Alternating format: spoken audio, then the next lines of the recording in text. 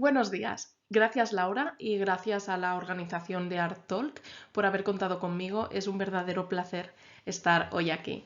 Y ya enfocándonos en la presentación, hoy os hablaré de por qué los videojuegos son una buena herramienta para la difusión artística y cultural. Y tomaré como vehículo el videojuego Hades de Supergiant Games. Los videojuegos tienen cada vez más relevancia como productos culturales que consume la población general, por lo que son una muy buena herramienta para transmitir historias. Se nos ha hecho creer que la mitología es algo erudito y culto que solamente personas de la élite intelectual pueden comprender, pero nada más alejado de la realidad. La mitología nace de la gente, de contar historias alrededor del fuego o en reuniones familiares. Actualmente, las historias se transmiten a través de películas, del cine, de las series, de los videojuegos, que es en lo que hoy me estaré enfocando yo, en los videojuegos. Los videojuegos son un buen medio para transmitir historias porque permiten la interacción del jugador con la historia. Esto hace que se implique y se sumerja en lo que se le está contando. Muchos videojuegos nacen de la tradición visual que les precede, y este es el caso de Hades. ¿A qué me refiero con tradición visual? Pues fundamentalmente a la iconografía, que son los códigos a través de los cuales se puede identificar a personajes mitológicos o bíblicos en la historia del arte. En Hades, los dioses son tan reconocibles a simple vista porque los diseñadores de personajes conocen estos códigos y los utilizan a su favor. Vamos a ver algunos ejemplos. Para empezar tenemos a Zeus, que es el dios del cielo y del trueno. En el juego se le representa con una gran barba blanca y poblada, una corona de laurel, con una túnica que le deja el pecho al descubierto y un rayo en su mano. La obra que os traigo como comparación es el Zeus de Olimpia, una escultura monumental que por desgracia no se conserva, pero sobre la que tenemos referencias escritas. Y en ella podemos ver que Zeus tiene también esta barba poblada, la túnica y la corona de laurel. Obviamente hay diferencias, como por ejemplo que en la versión de Hades la corona de laurel también tiene decoración de un trueno zigzagueante, tal y como lo comprendemos hoy en día. También podemos ver cómo su barba se convierte en nubes hacia la parte baja, algo que no forma parte de la iconografía tradicional, pero que aporta mucho al concepto porque no es solo el dios del trueno, sino que también lo es de los cielos, a lo que hacen referencia pues estas nubes. Atenea es la diosa de la sabiduría y de la estrategia en combate. Es por eso que se la representa con una armadura. En el diseño de Hades, la armadura dorada me recuerda mucho a la versión de Atenea de Gustav Klimt, para quien este color era su buque insignia.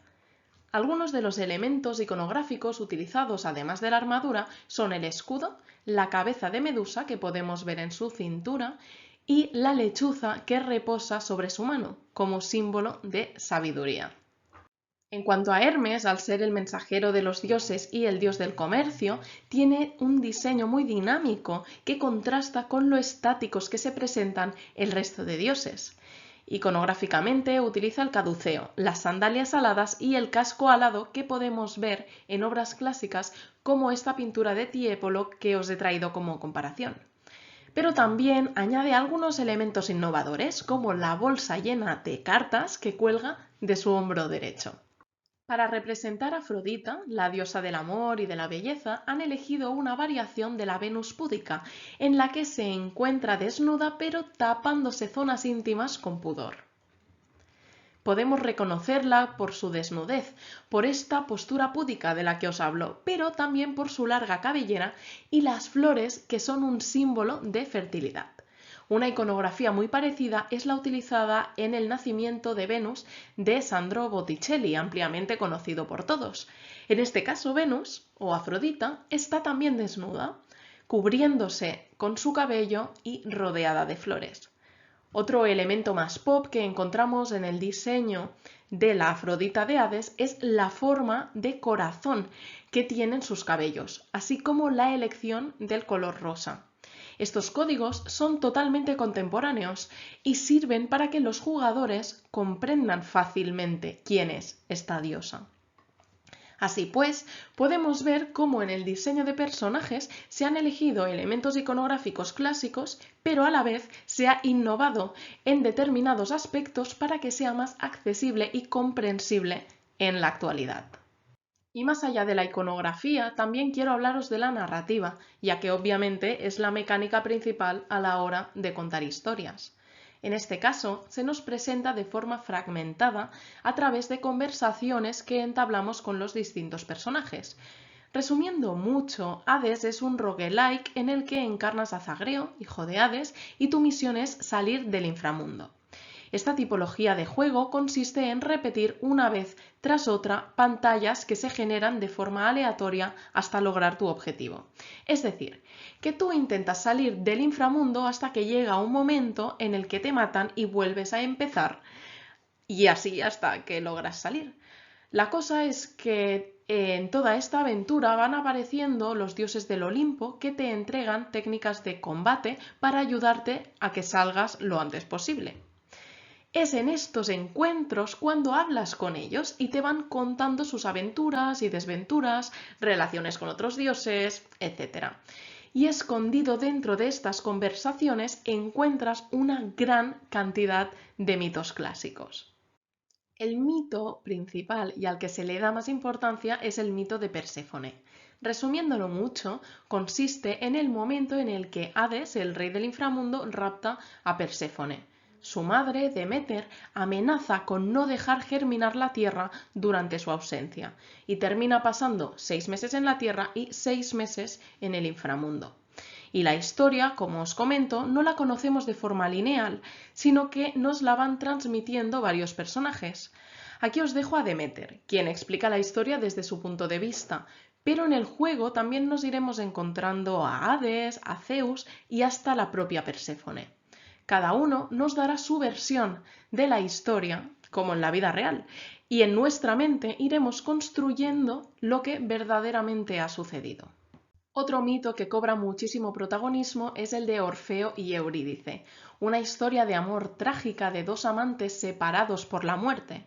Nosotros, como jugadores, conoceremos la historia también de forma fragmentada. Al conocer a Orfeo, nos hablará de su enamorada, a quien perdió intentando rescatar del inframundo, y también conoceremos a Eurídice, quien nos contará su versión de la historia. Pero estos dos mitos no son los únicos que se nos cuentan durante el juego. También conocemos la historia de Teseo y el Minotauro, de Aquiles y Patroclo, y de Sísifo, entre muchísimos otros.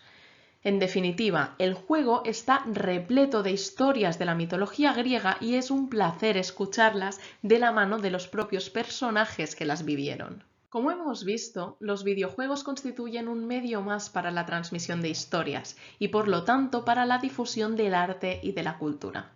Su naturaleza interactiva hace que los jugadores se sientan implicados en la historia, lo que permite que se impliquen en la narración. Y sirve también de pretexto para que un público amplio y mayoritariamente joven se sienta interesado por la mitología y abre la puerta a que puedan aproximarse a las fuentes originales. Y hasta aquí ha llegado mi presentación. Muchísimas gracias por vuestra atención y si tenéis cualquier pregunta, estoy aquí encantada de responderla.